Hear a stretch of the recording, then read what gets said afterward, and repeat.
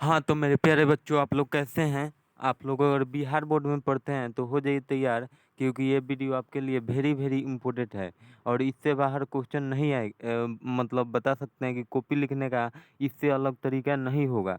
तो आपको बता देते हैं कि फर्स्ट नंबर क्या कर रहा है। देखिए शुरुआत में साफ-सुथरा लिखें, शुरुआत में साफ-सुथरा लिखें और एक ये सबसे इम्पोर्टेंट बात है कि सबसे पहले अपना रोल नंबर और रोल कोड ज़रूर भर लें क्योंकि आप ये अगर गलत भरते हैं, अगर आप भाई ये सारी अगर ये कुछ भी आप गलत भर सकते हैं, तो आपका कॉपी चेक करने में दिक्कत होगी जिससे आपका एग्ज़ामिनर नंबर काटेगा क्योंकि उससे पता नहीं चल पाएगा क्योंकि इसका ये सब लड़का का क्या है रोल कोड, क्या है रोल नंबर, ये सब अपना अच्छे से देख लीजिएगा। पेज नंबर पर मार्जिन के किनारे लाइन बना लें। अगर आपके यहाँ जैसे पेज रहता है तो ऐसे अगर नहीं दिया होगा तो आप लोग ऐसे लाइन आप मोड़ कर बना सकते हैं क्योंकि ऐसे बनाने से आपका सुविधा मिलती है।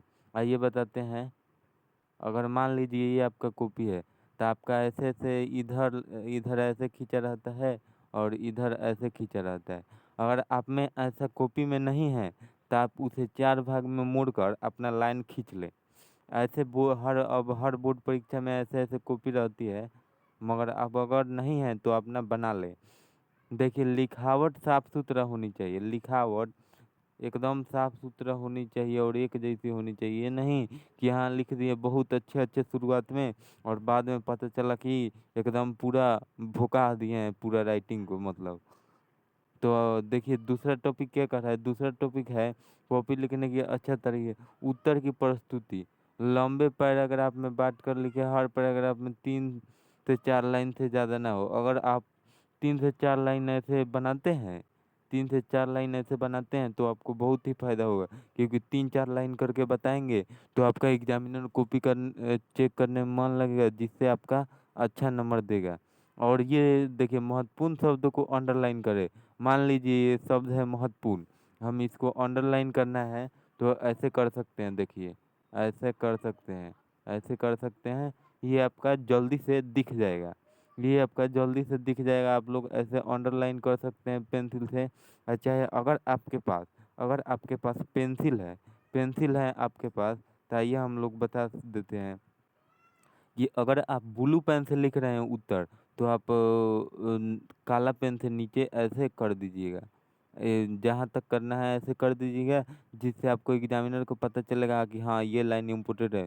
बिंदुवार और लिखना बिंदुवार लिखना मतलब पॉइंट पॉइंट वाइज़ जैसे ये लिखें तो ऐसे बना दें और एक पॉइंट लिख दें और फिर थोड़ा-सा लिख दें और फिर अगला पॉइंट देखें। तो ऐसे-ऐसे लिखेंगे तो आपका नंबर नहीं कटेगा। आइए देखिए अगला क्या कर रहा है, अगला अगला बेस्ट तरीका क्या होगा कॉपी लिखने का आइए, कुछ और 3-4 पॉइंट है। देखिए ये कह रहा है 3 नंबर कह रहा है भूगोल, गणित, भूगोल, विज्ञान और आदि विषयों में जहाँ चित्र-आरेख बनाएँ। क्योंकि आप लोग अगर चित्र अच्छे से बना देते हैं, तो वहाँ पूरा का पूरा अगर 5 है तो 5 में 5 मिल सकता है आपका वहाँ। चित्र हमेशा पेंसिल से बनाएँ और लेवलिंग साफ लिखें। अगर आप पेंसिल से चित्र बनाएँगे तो और अच्छा होगा और आप गलत होगा तो आप इरेज़र ले जाइएगा मतलब जिसे रबर बोला जाता है भोजपुरी भाषा में, आप ले जाइएगा और उससे मिटका दीजिएगा। आप लोग पेंसिल से बनाएँगे तो ज़्यादा अच्छा रहेगा। देखिए देखिए और क्या कर रहा है, उत्तर देने का तरीका आपका कैसा होना चाहिए? परिभाषा वाले प्रश्न में पहले परिभाषा फिर उदाहरण। अगर आपको किसी चीज़ का परिभाषा पूछ रहा है, तो पहले परिभाषा दे दीजिए और फिर उसके नीचे उदाहरण दीजिए। इससे आपका पूरा नंबर मिल सकता है। लंबे प्रश्न में भूमिका दें, मुख्य भाग दें और निष्कर्ष दें। ऐसे-ऐसे लिखेंगे तो आपका ब उत्तर दिखेगा और आराम से आंसर मिल जाएगा जिससे नंबर आपका एग्ज़ामिनर दे देगा। गणित के प्रश्न हर स्टेप को दिखाएँ। गणित के प्रश्न मतलब हर स्टेप बाय स्टेप लिखें कि आप ऐसे कर दें कि आपका दिखे मतलब और आपका आंसर आ गया है तो ऐसे घेर दीजिए लास्ट में और तब आंसर लिखिए गणित के, विशेष गणित के लिए वो है। आइए 5वाँ पॉइंट कह रहा है समय का प्रबंधन। अगर आप परीक्षा हॉल में समय का ध्यान नहीं रख सकते हैं तो इससे बहुत बड़ी गलती कुछ हो ही नहीं सकता है मतलब। अगर आप परीक्षा हॉल में आपका समय का ध्यान नहीं है, तो इससे बड़ी भूल आपका हो ही नहीं सकता है। देखिए, पहले आसान और छोटे प्रश्नों को लिखें और फिर लंबे-लंबे प्रश्न को लिखें। एक ही प्रश्न पर ज़्यादा समय ना दें। अगर एक ही प्रश्न पर ज़्यादा समय बिता दिए सोचने में, तो आपका टाइम बहुत अधिक लॉस हो सकता है, जिससे आप सभी प्रश्न नहीं बना पाएँगे।